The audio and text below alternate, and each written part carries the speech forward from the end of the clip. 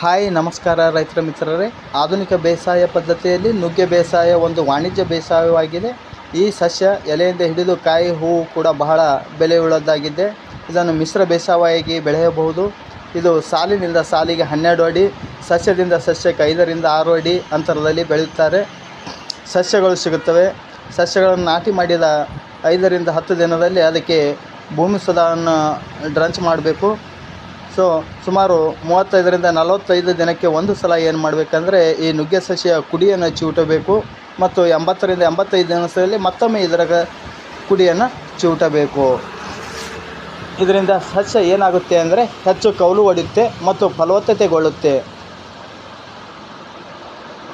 75 ದಿನಕ್ಕೆ ಅದಕ್ಕೆ ಮುಖ್ಯವಾಗಿ ಒಂದು ಗೊಬ್ಬರವನ್ನು ಕೊಡಬೇಕು.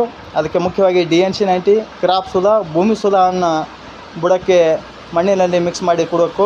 ಇದರಿಂದ ಏನಾಗುತ್ತೆ ಅಂದರೆ ನಿಮಗೆ 6ನೇ ತಿಂಗಳಿಗೆ ನುಗ್ಗೆ ಇಳುವರಿಯನ್ನು ಕೊಡೋಕ್ಕೆ ಪ್ರಾರಂಭವಾಗುತ್ತದೆ.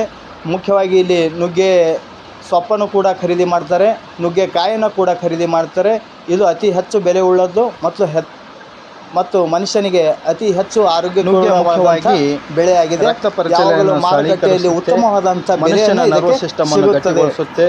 ರೋಗ ನಿರೋಧಕ ಶಕ್ತಿಯನ್ನು ಹೆಚ್ಚಿಸುತ್ತೆ, ಮಧುಮೇಹದಿಂದ ಮುಕ್ತಿಯನ್ನು ನೀಡುತ್ತೆ, ಹೃದಯದ ಸಮಸ್ಯೆಗೆ ಒಂದು ರಾಮಬಾಣವಾಗಿದೆ.